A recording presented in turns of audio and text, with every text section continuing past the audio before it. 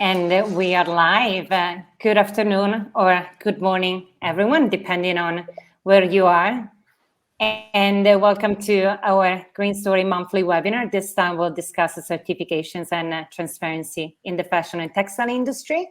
But before, with this amazing panel that I will introduce you to in a second, but before we get started and before giving them the stage, I'd like to spend just a few moments to talk about Green Story for those of you who are not familiar with us. So, well, my name is Lara and I'm the Chief Marketing Officer. And the Green Story is a sustainability platform that enables brands to accurately measure and communicate the positive impact of their products and also make them carbon neutral. We do so by combining life cycle assessment methodology with interactive data and impact visuals, as well as a carbon offsetting platform. By doing so, we enrich the customer experience with the green story of a brand throughout the customer life cycle. This way, we enhance the transparency, increase engagement and loyalty, and eventually drive revenue. We partner with around 180 brands, 100 sustainable fashion players like Pangaia, ThredUp, Prevent Runway, Thread for Thoughts, Pact, and many more. And we work with a global team of experts to empower 1 billion people to know their impact and make choices that are better for the planet and the generations to come. This is us. Just a bit of housekeeping before we get started. Hello to everyone who's been posting on our chat. You will also see a questions tab, so please feel free to pop any questions you might have for our panelists on that section. We'll try to pick them up during the conversation, but also we'll try to reserve for around the 10 minutes at the end for those questions that we weren't able to respond to during the chat. Hello to everyone. And now I'm excited to introduce you to our moderator for today, Muchaneta Kapfunde. Well, she's one of the leading influencers writing about the merger of fashion with technology and wearable technology, and she's the founder editor-in-chief of fashionerd.com. And without any further ado, Muchaneta, I'll leave you the stage, and also for the panelists to introduce themselves. Thank you so much, Laura, and thank you for inviting me to moderate this conversation. I'm super excited. As most of you know, there has been an increase in demand for certified products and materials. And in today's climate, brands and manufacturers are under pressure to verify sustainability practices in their supply chain because consumers are expecting a higher standards when it comes to the products that they buy. The good news is that fashion businesses now have to prove their sustainability claims thanks to the anti-greenwashing legislation. Certifications and standards play an important role in the fashion and textile industry because they encourage better business practices and simplify research for consumers by helping them identify whether or not a product or manufacturer is sustainable. So before we dive into how fashion brands can get certifications and how they can communicate to their audience what it is that they're doing, I would like to first introduce the speakers. So Paolo, if you could introduce yourself first. Sure. Hi, everyone. It's great to be here, and thank you to Lara and Green Story for having me. My name is Paola. I am the founder of a small but beautiful, I'd like to think, responsible fashion label called My Amico. We've been going for, well, it started off as a charity in 2008, and I've been going as a brand since 2015. And for us, the charity and the brand really work together in terms of the social impact that we sought to achieve when we first started out. And I guess the other thing is recently I've been working on a new initiative called Made By, which is a technology solution that is sort of trying to address some of the issues that and sort of trends that have emerged of late that Muchaneta has introduced. And so it's that increased trust and transparency in the fashion industry, and you know, as opposed to greenwashing that we've seen emerge in the last sort of few years. So yeah, really excited to be here. We've got some certifications which I'm happy to share with you, and look forward to taking any questions and a good conversation. Thank you, Paolo. And what about you, Alessia? Could you introduce yourself, please? Hi, everyone. My name is Alessia, and I'm a fashion consultant, sustainability consultant, founder of AG Textile Studio in London. I also have co-founded the leading innovation platform called RunRack. We're working with brands across the world and next generation material companies, innovative material companies. We recently won the Innovate UK grant in collaboration with Royal College of Art, and we are a portfolio company of sustainable ventures. So we facilitate for brands the integration of innovative material, essentially, through a digital software. I'm also a mentor, or I help out startups in the same space, innovation, next generation material space, helping them with their sort of business development and critical path, how to become more commercially available. And I'm currently also consulting with WWF Turkey on a pilot project as a sustainable textile supply chain specialist, essentially looking at transparency and traceability on cotton, the cotton industry, and working with major brands and huge industry leaders and organizations around certification and the importance of that certification has on the entire supply chain. So thank you very much for having me here. Thank you, Alessia. And Sasha. Hi, thanks to everyone for joining, and thanks to Green Story for having me. My name is Sasha Camilli. I'm a writer and speaker on vegan fashion and vegan lifestyle. I have published Vegan Style, which is the first book about vegan fashion, travel, beauty, and home decor. And I am the senior PR coordinator at People for the Ethical Treatment of Animals, which is an organization that works to establish and protect the rights of all animals to live free from human oppression. And we work on 4 main campaign areas, which is animals used for food, experimentation, entertainment, and clothing, which is the area that we'll be focusing on today. I have worked on approving applications for the use of our PETA-approved vegan logo, which is a certification used by over 1,000 brands to certify their products as vegan. Thank you, Sasha. And last but not least, Jet, what about you? Hopefully I said your name right. I'm Jette Ladiges. Yes. That's all right. Yes. That's all good. It's a very difficult name. I work for the World Fair Trade Organization, the WFTO, as the partnerships manager. For those who don't know the WFTO, we are a membership organization of about 450 members in, I think now, around 85 countries. All of our members are social enterprises that have fair trade at the core of everything they do, or they are support organizations of those social enterprises. What does that mean? I suppose, like, when you look at WFTO, we are the only verification system that looks at businesses holistically, making sure that those businesses put people and planet before profit. Yeah. Fantastic. Thank you so much, ladies. Okay, let's start this conversation. With the rise of certifications in the fashion industry, there's been this really big rush for brands to get certified. What are the critical sustainability standards and certifications in the fashion and textile industry? Anyone can begin. Don't be shy.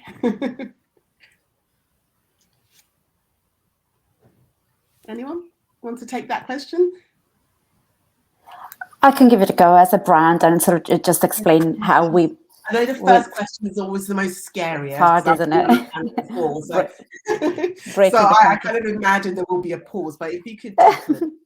No, I mean, I'll get started, but please, all of you who know far more than me, jump in at any point. I guess as a brand, there's 2 ways that you can look at certification. One is certifying materials and products that you produce, the materials that you work with and products that you produce. And the other one is looking at certifying yourself as a company.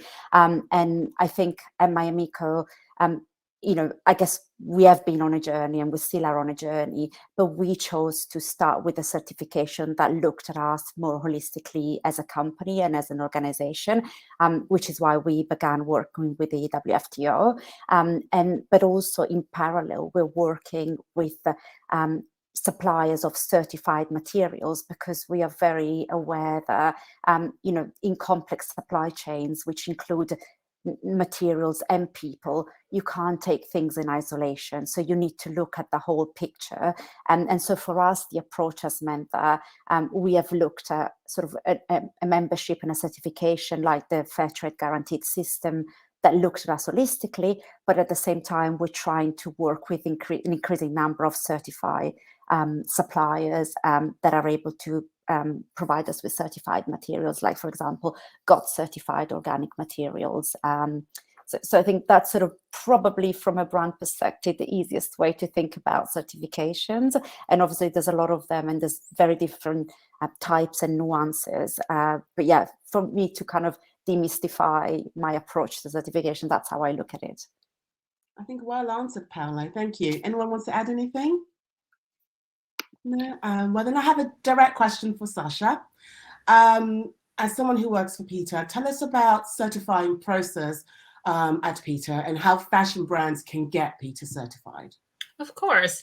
So the PETA Approved Vegan Scheme is a program that was launched to help brands identify their vegan-friendly products and ranges. So whether you're an entirely like fully vegan brand, or you just have a vegan collection or just one vegan product, we're happy to help you get certified. And there's many reasons why you should do that, but perhaps the most important one is that it will help you showcase your products as vegan, which will help consumers who are looking for vegan fashion to find you. And the way to get approved, which is something that over 1,000 brands have already done, is you can go to PETAapprovedvegan.com, where you will also find a list of all the labels who are currently using the scheme, which is mainly fashion brands, but it's also home decor and interior design, textile labels use it, but mainly fashion, apparel, accessories. So on that website, or part of the PTUS website, you will find a form to fill out in order to introduce your brand to the team that works with the logo and tell them what your brand is all about and that you would like to get certified. Next, what you will be asked to do is to present a statement of assurance from your suppliers. So this is in order to verify that not only the finished product is vegan, but also that all of the ingredients that you receive and materials you receive from your suppliers are vegan friendly.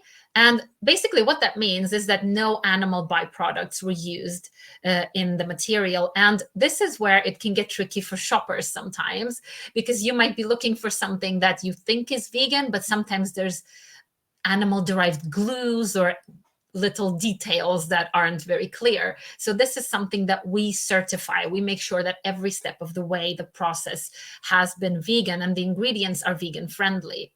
And the statement from your suppliers is, of course, in regards to your range. Obviously, the suppliers might work with other companies that aren't vegan, but they promise that when they work on your collections, they will use vegan-only ingredients. Once this has been received, PTUS will review the application, and afterwards the company will receive a final agreement to sign that also includes a payment that is annual and that is based on the annual revenue of the company. And once that has been finalized, you are then handed the logos, the PETA Approved Vegan logo that you can use on your packaging, you can use in your online communication. Yeah, basically that is the main point of the scheme, is to have the PETA Approved Vegan logo, which is how companies communicate their certified status to their customers, basically. I saw a question come up with the costs of the application. So this depends on the revenue of the company, which obviously can vary greatly depending on what company it is. But the whole structure is outlined on the application website. So before you submit your application, you see exactly what the cost would be for you. Thank you. Thank you, Sasha. Hopefully that answered everyone's questions. Moving on, with many organizations acting as both industry guides and watchdogs, what are the benefits and challenges of getting certified for brands and suppliers in the fashion and textile industries, especially like small to middle-sized enterprises? I know, Sasha, you just talked about PETA, but I'm just wondering generally how you found it to be, to be certified. If any of you want to answer that question. Is that for me still? Yes, anyone can answer it. Just want to kind of talk about your experiences, what you found beneficial and what you found challenging. So if somebody wanted to get certified, they'll kind of know what to expect. Well, with our certification, the main question I think you should ask yourself as a brand is, what concerns does your consumer have and how can you best address them? What questions are likely to be on their minds that you can answer, and how can you offer reassurance through a certification? So we have seen that a survey on textiles and sustainability that sampled over 11,000 consumers worldwide have found that people today, particularly millennials and Gen Z, are very aware of the ways in which the textile industry exploits millions of animals and causes environmental destruction. And these consumers are now seeking transparency. They want to be able to know how the products were made. And this is sort of how the PETA-approved vegan logo was born, to help consumers make conscious purchases that align with their values. So as a brand, I think you should sort of put yourself in your consumers' shoes and think about what they want to be reassured of and how you can reassure them through a certification.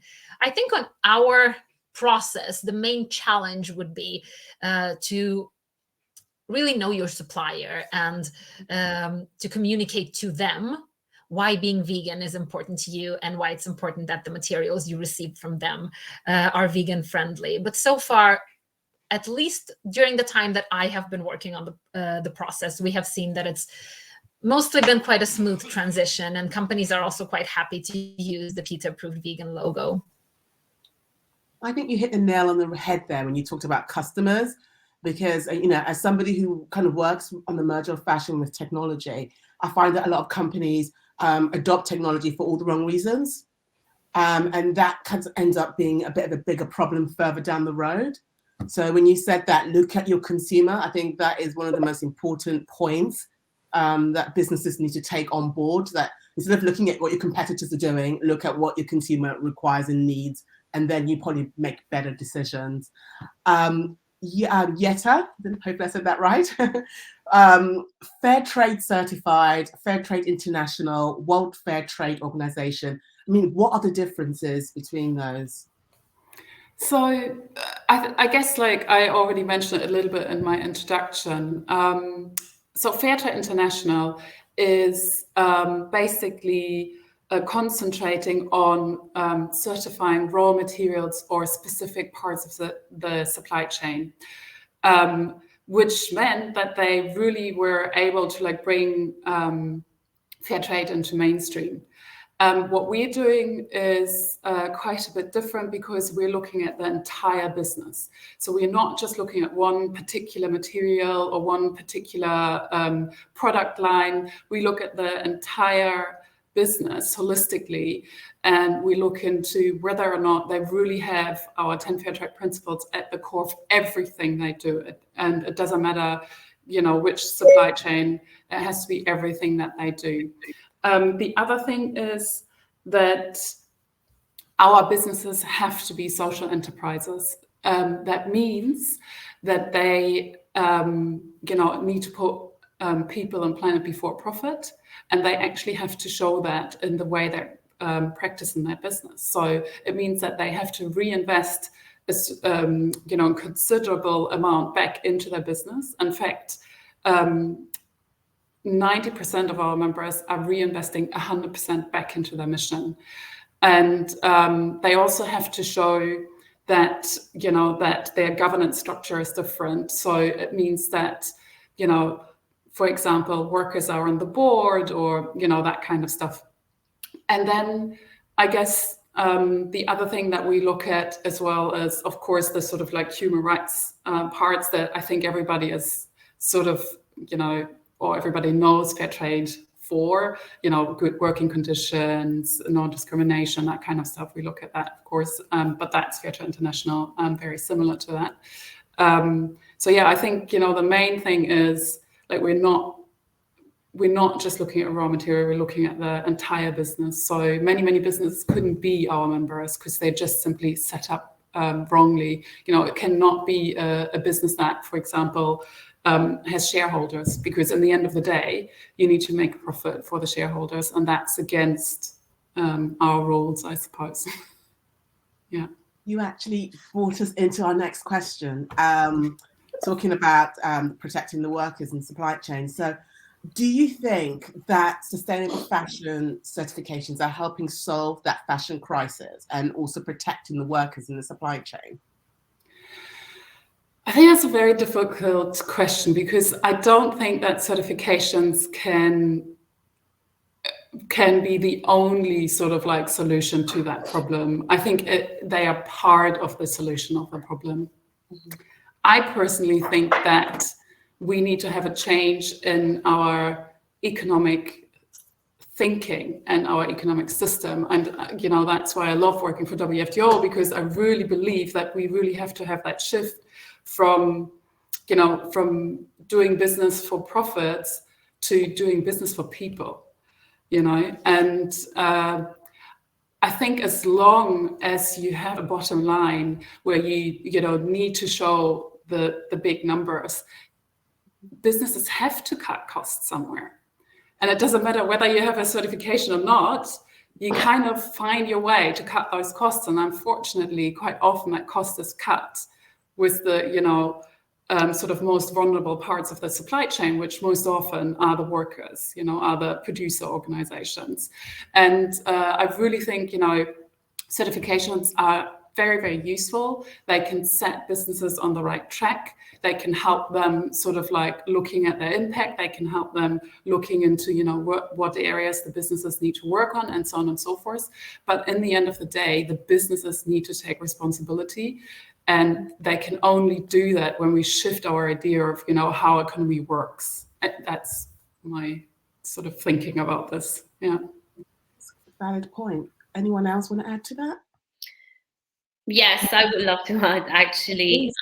Yes. Absolutely. I totally am with what you were saying, Jette. And to go back to the conversation at the beginning of the very first question where everyone kind of froze, is like, oh, what's the best certification? Yeah. What's the main thing to do? And from my perspective, my answer in the experience I had in the industry is that you really, as a brand, you take a holistic approach, exactly like Paula was saying with her brand. So where you are looking essentially at everything that you're doing, because as a brand, you have a responsibility, and you know you can gather the information needed to know exactly everything about your supply chain, talking about transparency and traceability. And when you find yourself at a sort of a roadblock, if you're asking, for example, for some material origin, or how's the farming of the wool that you use working, you just have to dive deeper and ask more questions, and certification help you with that journey. They definitely do, because certification is a methodology that a third-party auditing are setting up to make sure that you have some of these question answers about the origin of your material, if it's a material that comes from farming or cotton plantation. But at the same time, as a brand, you are the one that have to ask this question, because it goes back to the answer you want to give to your customer, so the consumer. So as a consumer, how do you make sure that the journey that you're going into sustainability has the right, like, how do you know you have the right answer, is about asking the brand the relevant question. And nowadays, by the law, essentially by government law, European law, brands have to publish annual report. They have to talk about exactly where they work, what they use, what kind of material, down to tire form manufacturing, which is, you know, the raw material, which, as everyone knows, has the highest impact on any level, you know. So from climate to water stewardship to soil regeneration and biodiversity. So yes, and definitely what Jette was saying, I totally agree. And I'm like you, I'm definitely a champion the swift in mind of people and not profit. But at the same time, I understand that that's an economic question, and it's tough to do that, but definitely certification can help. But yeah, I just want to add that. Thank you. I just wanted to add something to the people before profit. So just to make clear that it doesn't mean profit is a bad thing, or it doesn't mean. So we looked at our members in 2020. We did a research paper with the University of Cambridge and University of York and an environmental institution in Sweden. And we looked at our members and what the sort of like structures of a different type of business that kind of alternative structure does. And they are actually 4 times more resilient than mainstream businesses. And I think that is taking most people at a surprise, because most people think, it's very nice what you're saying there, and, shift in the economy, and, it's a nice dream, but let's focus on reality, and that just looks very different. I actually think, well, if you look at reality, then this is actually the better business model, full stop, not just for people and planet, but also for business, because they're just 4 times more resilient. Yeah, absolutely, totally agree. Just to add on that, when we look at the particular work I'm doing with WWF, which obviously has interest in nature, but is looking at textile industry and the effect, and working with major brands across the world that have interest in this. It's all about working with agriculture in a way that is more fruitful for everyone, for the nature conservative WWF, but also for, at the end of the day, for the supply chain of textile. So totally. I think it's hard for an industry that has been so used to having this cloak and dagger approach to fashion to suddenly reveal everything. I think it's going to be it's a slow step by step. But what I am hopeful for is the new brands, the startups that have this in their DNA. So we literally just have to rewire the more traditional brands, but the new brands, they really have that in their DNA. But we do have a question that I want to quickly tackle before we continue, and it's for Sasha from Laura Ward, and she asks, you mentioned self-declaration. Is that for the full supply chain? So there's 2 sort of forms. The one is for the company itself, and one is, it can be depending on how many suppliers you work with for this range. So this is actually, I remember someone also asked about how long the application took. So this depends on how long it takes for those supplier forms to come through. And what we're asking there is for this material supplier to confirm that they're not using any animal-derived materials. So it doesn't go any further back in the supply chain than that. But it can be a very short procedure, or it can end like straight away, or it can take a long time, depending on how many suppliers you're working with, and the time it takes to get this assurance from them. Which on occasion has also meant clarifying what we mean by vegan, what are allowed and not allowed to use to be vegan. So this is how we sort of ensure that every material that is included in that range or product is actually what the consumer who will be buying it is expecting to find. Basically that is the process. There's a question here by Rob Webben, which I want to throw in this. I think it's quite a good question. He asks, is there a risk that we can rely too much on certification at the risk of really finding out what's going on with our suppliers? I would love to take that, and just a quick one then, Paula. Basically, I read the question and I was thinking, absolutely, yes. When on the other side of the work that I do, I work with next generation material, innovative materials, byproduct of the agricultural waste that don't necessarily yet have that certification in process. So the Textile Exchange is working really hard to try to do as many certifications as possible from different feedstock origin. But very often, you say you want to have an alternative to an animal leather, for example, which is most of this material generally offer at the moment. But very often they don't have yet a finalized LCA or a finalized certification. So what I really, and that's the work we do with Round Rock, which is helping this innovative material to actually answer this question to the brands. So if I give you direct access to my materials, the supply chain I use, all that I do, and I'm totally transparent with everything I'm doing, do I need to have that certification that I won't have for another 2 years because it's not ready the industry yet to give me that certification? So it's not saying that's okay, but it's to say, to help sustainability advance, you must do this due diligence yourself beyond the certification as well. So definitely that's what I wanted to add. Yeah. Paolo, wanted to add anything? Yeah, I guess I just sort of not too dissimilar from what everyone else has said. So for us, certification, it's almost like a formalization of what already exists. So we already have a framework that we work by, and that's sort of part of what we stand for as a brand, the things that we want to do that are meaningful for us, what our consumers care about, and also from the other side, they represent the voice of the producers and the partners that we work with. So in other words, we kind of already have done the hard work to get everything addressed and looked at and build long-term relationship with our producers and do the due diligence with them, not just on them, but working with them.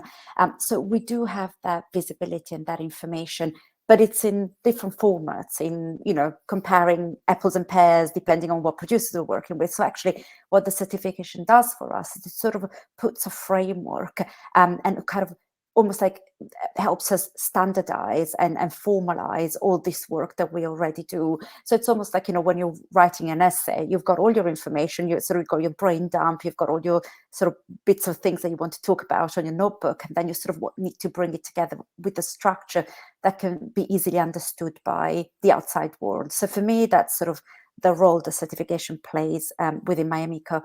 But then there's obviously an element of it being recognized by the consumer as a quick sort of, might be a visual kind of recognizing that, okay, this logo means something to me and I care about this, and therefore this is giving me assurance. But what I would say is that we also work with a lot of, especially Global South producers that don't have certification. So we would never, ever choose a producer just based on the certifications that they already have, because there might be tons of reasons why they don't have them. It might be that the certification isn't available in that particular country. It might be that there's no track record, that there's no kind of auditor that has been sort of vetted and approved in that country. It may be that they just simply don't have the money, however little it might cost, to invest in that. And so I do think that as a brand, we would never take that as a route to make a decision on whether we work with a partner or not. But obviously, if a partner already has a certification, we kind of get the assurance that they've done the work. So it's sort of obviously quicker and easier, but we would never make that decision just based on that, because actually the certification it gives you that validation, but it's not a substitute for doing the hard work. Thank you. Thank you. That's great. I was wondering, Paolo, if I can continue with you, there's a question I want to ask you directly. You have first-hand experience, as we've kind of known from you giving us all your thoughts and whatnot, becoming a certified brand. How has it impacted your business, and how should other brands approach this decision themselves? I mean, it's a difficult one. I sort of start from the second part of your question. So the way we've looked at this is that, I mean, I'm a systems thinker, so I sort of look at things like, as a whole. So, what you do over here might not have a massive impact just here, but it might have a massive impact down here. So you kind of need to understand your entire supply chain, where your products come from, the materials, the people, up until to you as a brand, and then your consumer, and then obviously now even more so the post-consumer sort of life cycle. So we sort of lay it all out, and we then figure out what are the things that are most important to us. And, we're a small brand, so we don't have finite resources, infinite resources. Our resources are finite. So, we can only do some things. We can't do everything. And so it's about figuring out what is most important to us, doing the work, and then saying, okay, what is the certification that helps me either get the final extra mile that I need to complete my sort of the work that I'm already doing, or that helps me tell the story or communicate with the consumer the work that I have done. So that's really how we've approached that. And so for us, like I said, it ended up being a more holistic membership and certificate underpinned by a guarantee system like the WFTO, but we're also members of PETA. And what I really appreciated about working with PETA was the fact that there was that flexibility, because a lot of our product ranges are vegan, but we do work with some producers that, for example, in Peru, that work with local alpaca, and we didn't want to not be able to work with them. And it was really good to be able to sort of have that conversation with Peter and say, actually, that's one range that we know has got animal products, but we've got other checks in place that make us feel like it's okay and in line with our values to carry those products. So obviously those products don't have the PETA logo, goes without saying. But as a brand, we have been able to make that decision in terms of what's right for us. So in a way, it's not the certification that dictates how we behave, but it's sort of our behavior then determines what certifications we've gone for. Thank you. We have like so many questions coming through, guys. I have to kind of think, should I answer the questions or ask them this question instead? So I'm going to pick a question, and I'm going to pick one from Simran. And he asks, what are the ways that we can be sure that products are certified correctly by suppliers, as some certifications cannot be tracked? Which actually works really well with the question I was going to ask, which was about how fashion brands can communicate to their audience about certifications. So if anybody wants to tackle that one first, that question from Simran about how we can be sure that products are certified correctly by suppliers. I mean, I'll start, but my answer won't be comprehensive. I mean, I think for us, it's about that holistic communication. If I was a brand that has never really done any work in this space and suddenly I splash 10 different logos on my website, then you're probably justified in, maybe not feeling too convinced about this. But actually, if you're a brand that, has had this in their DNA all along, and has got plenty of touch points, on their website, perhaps they communicate how much employees are being paid. They answer those questions when you email them directly. They're not scared of having that conversation on social media when someone addresses those questions. For me, those are all additional proof points that a brand can be trusted, and that certification is not just a sort of decoration, but actually it's part of their DNA. But obviously, I think this leads on to also the technologies that we've got available now to support certifications. And I think a lot of people think that blockchain is the answer to all kind of evils. And actually in my research, and probably Alessia can say more about this, blockchain can definitely play a role, but it's not, it's not that sort of, the magic bullet that is going to fix it all, because the data that you save on the blockchain is only as good as, the data, the quality of the data that you have. I don't think there is a silver bullet type answer other than establishing that longer term and deeper relationship with the brand, and actually kind of engaging with them and seeing how they respond back to you beyond using logos. And the fact you mentioned technology, Jessica Connell asks, what are some of the best technologies to use to support supply chain transparency? I know you mentioned blockchain, but is there any other technologies that you find are best for brands to use when it comes to supporting their supply chain transparency? I just wanted to add something on what Paola was saying. For certification, to go back to that question quickly, mostly you can have material certificates and transaction certificates. So if you are in doubt and you see a certificate that looks a little dodgy, you go back to the governmental body that is giving that certification and you double check. Certificates that generally speaking have a coding system. So it's absolutely possible, as it is at the moment, to find out if that is certification that a manufacturer give you on a material transaction, garment transaction to certificate, whatever you're working on, can be traced. So that you definitely can do that. So if you're not sure, you just ask if it's a GRS certification or GOTS or OCS or whatever. So that's, sorry, just wanted to add that.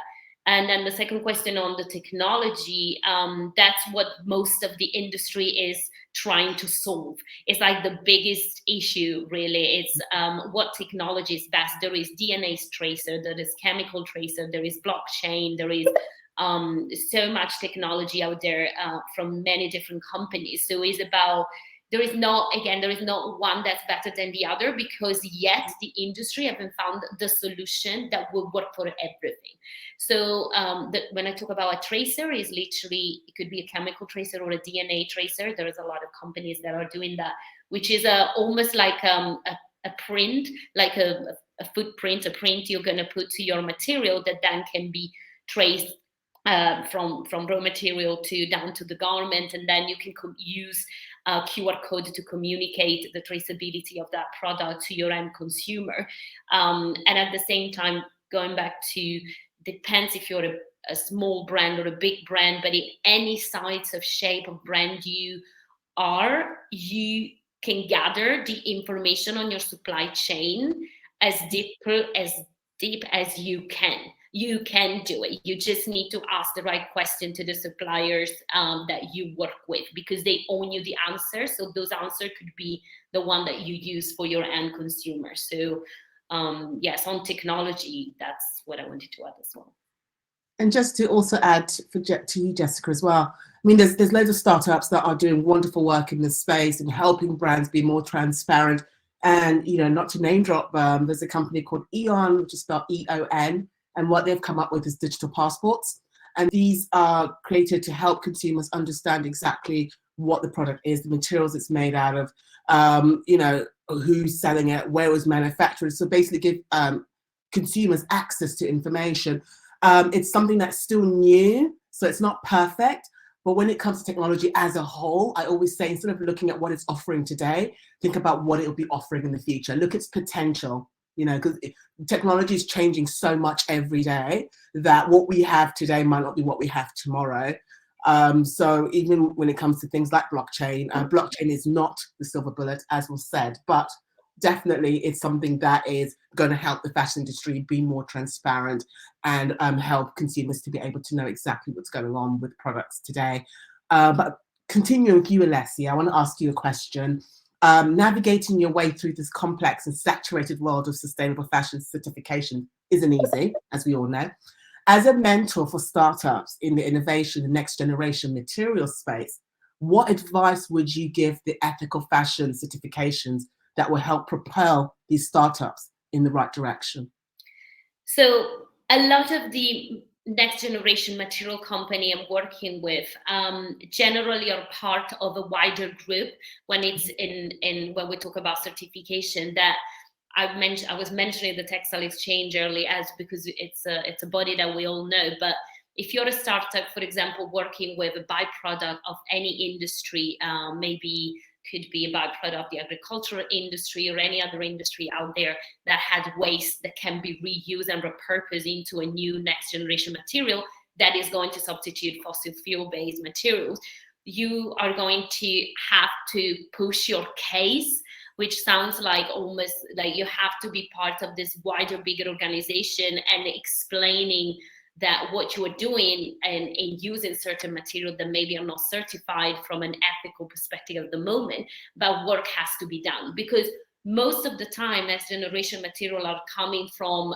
R&D, from research and development. So there's clusters of university, PhD researcher, people that have worked in the industry for decades that have found a solution for a renewable material. So to be able to then get that to the industry, you have to work on a commercial level. You have to be able to engage with the wider industry and explain why your product is better than another. So if there is no certification for a certain material that you're making and you are an innovator, a scientist or biotechnologist, you have to make sure that what you're doing is in line with helping the industry becoming more sustainable, advancing sustainability, which I know is a word that now we're all a bit sick to hear. We don't want to talk about sustainability all the time, but we want to talk about transparency, traceability, what is actually doing, what are you actually doing and how do you communicate that? So That's the main issue that new next generation material faces, that because at the same time, the old-fashioned way of working for brands was very much just about the certification. So as we were mentioning, it's just about, I need to tick some boxes and make sure that this is certified at a certain level so I can introduce this into my supply chain. But now brands, they are really accelerating, trying to adopt this new material. So very often they will write letter of support. They will be making sure that new innovative material can be used in supply chain, helping with investment. There is a lot of this is very new. Brands are actually taking the first step to help companies to become more commercially available. So as a new generation material, as an innovative material, you need to ask. It's not just about supplying you something and you get it, but it's about, can we collaborate together, right? There's investment, letter of support, as I said, there's new government law coming in. So it's very exciting to see, but it's not easy, but it is happening and you can have help. So it's a collaboration now between materials and brands. Thank you, Alessia. I definitely think it's about collaboration because not everybody has all the answers. So it makes sense if the industry collaborates with those who are making these changes and who are coming up with these solutions. I want to ask one more question, guys, because we have so many questions coming through. So I really want to get to everybody as much as I can. So one more question. When it comes to consumers, how should consumers educate themselves on the role of standards and certifications? What should they look out for? I'm just going to add quickly, the brand has the responsibility, I said it already earlier, to do annual reports on what they're doing. It's not just for the big company. What you need to look as a consumer is, what are they reporting on? You know, are they actually telling what have they done from revenue? So from an economic perspective, where many brands are now telling where they spend their money. Did they spend it in marketing? Are they spending in commercial activities? As a consumer, if you just think, oh, I don't buy online, I go to shops. Look at the labels. Even though we know on the label you can't put full-on composition and certification, there is a lot more law coming for the end consumer to look at what is on the label and what is on this garment that I'm buying. So as a consumer, definitely ask your brand and check for brands that have a full transparency and traceability, and they tell you what they do from their website to their stores, because they have to do it. It's their responsibility. So a consumer can feel a bit more relaxed that they're making the right choice, let's say. Because a lot of customers, we must admit, are very unlikely going to look at a report. I think that the way we all don't look at that long information before we click accept, they're very unlikely going to go. So if I see, for example, the Peter sign on someone's brand website, and I'm like, oh, wow, okay, how would I know which boxes they ticked in order to get that? Like, how would I get that information? Is there like anywhere you can be like, you know, if you've got this certification, you go here to get the information, you know, so I can quickly. I mean, I don't know about Peter, but I'm sure it's the same for you guys as well. Like, you can just go onto their website, or, you know, you can just go onto our website and have a look. And we've got listed our 10 fair principles on our website. You can actually look at the standard that we're using when we're sending the auditors to our members, that we're using when they are sending us their reports, and so on and so forth. So you can actually, like, you can really dig deep if you want to, but you can also just go onto the website and get like the top level information. You know, what are the 10 fair trade principles? What do they mean? That's all there. So I think most certifications, or all certifications that are serious, I would say, would be very transparent about what they are actually looking at. If they're not transparent about it, then you should ask yourself whether or not you will trust them. I think, like, if the information is not there, then I would say don't go there. Exactly. No, I agree with Jette. On our the website that is PETA-approvedvegan.com, it says what criteria we have for certifying someone, and what how we go about making sure that that is actually what you're paying for, which is a vegan product. Because sometimes if there isn't a certification, I mean, obviously there are products out there that are vegan, but that aren't PETA certified yet. But sometimes you might just read the ingredients on the product website like you would for a food product and see like, okay, this is cotton, so probably it's vegan, but you might not be aware of the other components. Maybe there's an accessory that's made from like animal bone or animal teeth or something like that. Or like I mentioned previously, glues. So this is something that the PETA approved vegan logo will certify, that you will not be finding these hidden animal ingredients in your products. And it's a very good idea to visit the website to know exactly what a certification means. And just like Jette said, serious certifications and those certifying them actually care very much about. You went a little quiet. Can't hear you. I can't hear you, Sasha. Can't hear you. For some reason, you're just disappeared. Can't hear you, Sasha. She's-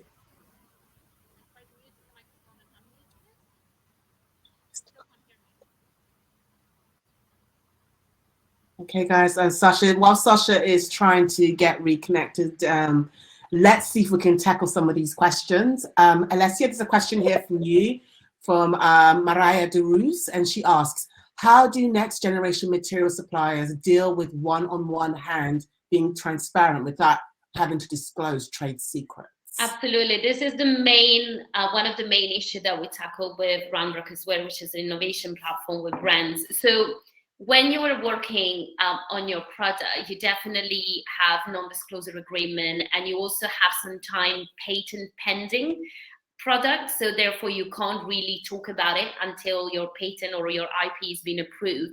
This is, again, is part of that, what originally I was talking about, the collaboration. Brands totally understand that if you are even transparent on that part, because when you're just doing the very first beginning of communicating and you have a brand that's interested in your material, maybe saw your Premier Vision or whatever, and they want to do a trial, they want to do a test, the only thing they need to know is the composition material that you might have to give away information for the manufacturer to work with, but they don't have the right necessarily to know your IP or your patent process, which is something that is very, very precious for innovative material, because that's their what they don't want to give away, because it's what makes them different. So that's definitely, you have to stand your ground, and it's okay to stand your ground and to say, I can't give away my IP, I can't give away my patent. We can do non-disclosure agreement on some part of the composition I can disclose to you. And if a brand is particularly asking, maybe a vegan brand,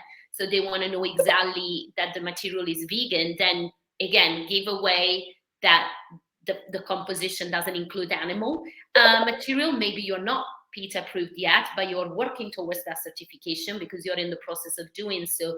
And therefore that is generally enough for you to proceed.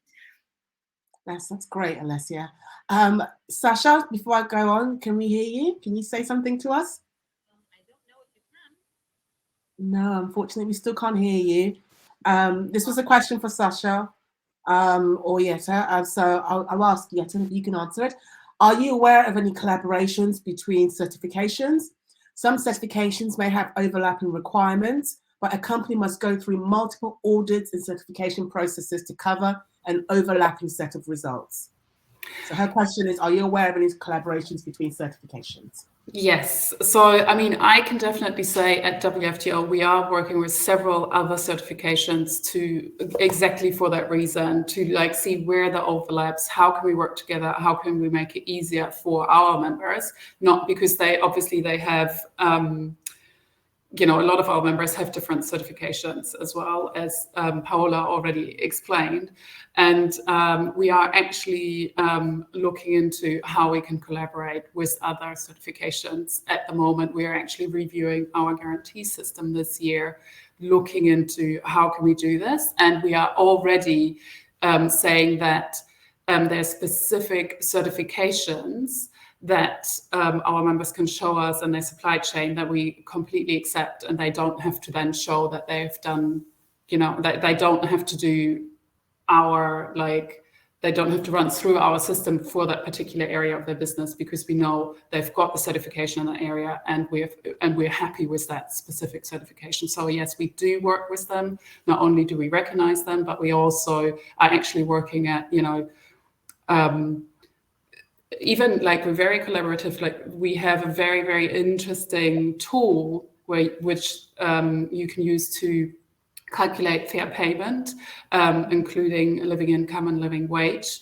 And we are currently starting to share that tool with other certifiers, because it's really, really difficult to get it, because mostly the numbers that are out there, even if they have just come out, are usually already old, and you can't really use them, because those kind of numbers in the different countries can change quite quickly and quite drastically, because a lot of the times those areas are not very stable, and I don't know, that you've got high inflation or whatever it may be, and the numbers are out of date really quickly. So what we've created is a system that the producers actually can use, and they can say what their living wage is.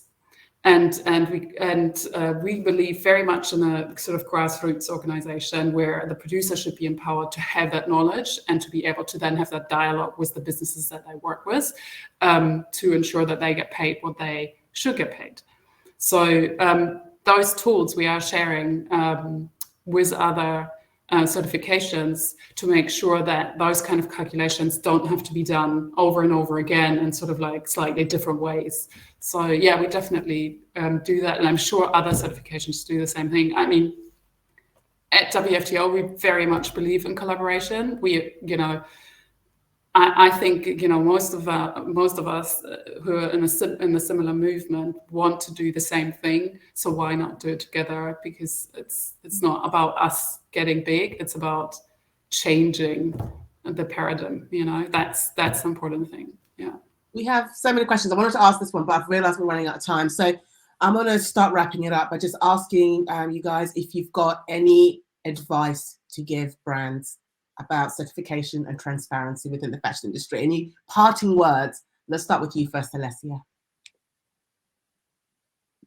So the best advice I can give from seeing the working of huge corporations, huge brands, as well as smaller brands, is that when you are starting your brand, or when you're starting to look into your existing supply chain, you can definitely find the answer that you need if you dig deeper enough.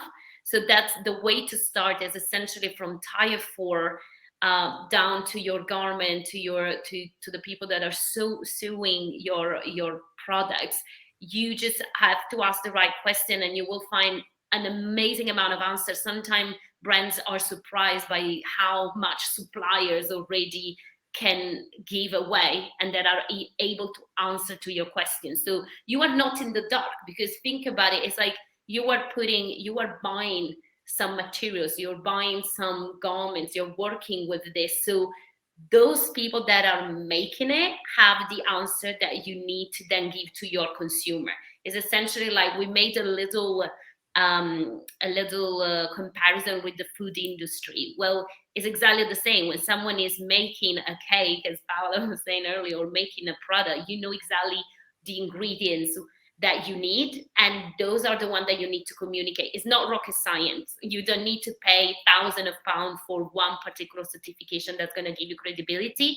No, start doing the really groundwork, and then you will have so many answers. You'll be surprised. Great, thank you, Alessia. And Paola, any parting words? Yeah, I mean, I think the best advice I can give is that you need to view your suppliers as your partners, not just as your suppliers. And I sort of said it in the chat in answer to someone who made that point. If you work in partnership, then you can be a lot more honest with each other. You can be a lot more transparent with each other. And actually, you then are a participant into helping your producers do better if they still need to do better. And better might mean different things. It might mean applying for a certification. It might mean actually paying more for your products so that they can pay their workers better. But sort of you can't just view your producers and your suppliers as a transactional kind of, setup, because then you'll only be driven by output and price. You need to see this as a partnership, and then you need to work together. And it's a marathon, definitely not a sprint. So for any brand starting out, I think that's really, don't beat yourself up if you don't feel that you can't do it all immediately, because it's difficult. Otherwise, everyone would do it. Great advice, Paola. And Yeti, any final words? I can just say, I totally agree to what Paola just said. I would add to it, like, if you are a brand that looks into, what kind of certification will fit for your business, I think you need to know yourself quite well. You need to know what your DNA looks like, and then you need to do your homework. I don't think it's easy.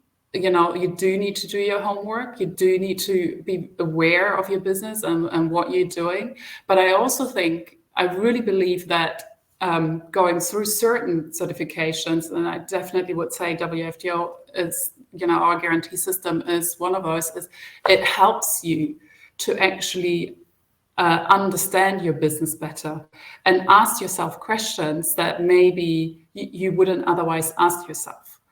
And our system is also very much built on, improvement. So, even if you don't fit straight away, you can work towards it, and so I think, do your homework. That's great. Thank you, Yeti. And Sasha, do we have you back to answer the question? I don't know. Can you hear me? Oh, no, not very well. Oh, I'm so sorry, Sasha. Everyone can obviously get in touch with the ladies and ask any direct questions. And I'm now going to pass it on to Lara to close off. Well, this was super great. I just want to thank you all for joining. Alessia, Yeti, Sasha, really sorry about the technical trouble, and Paola. And of course, thank you so much, Muchaneta, for moderating such an engaging discussion. And also thank you everyone for joining and for all the super interesting questions. For those of you that didn't get your answers, so please feel free to contact us or to contact the speakers directly. We're sending out the recording of the webinar this week, midweek, so stay tuned for that. And for our next webinar in March, that we'll be announcing in a couple of weeks. And in the meantime, I wish everyone a very lovely day, and thank you for joining. Thank you. Thank Bye. you. Thanks for having us. Thank you very much. Thank you. Bye-bye. Bye. Bye.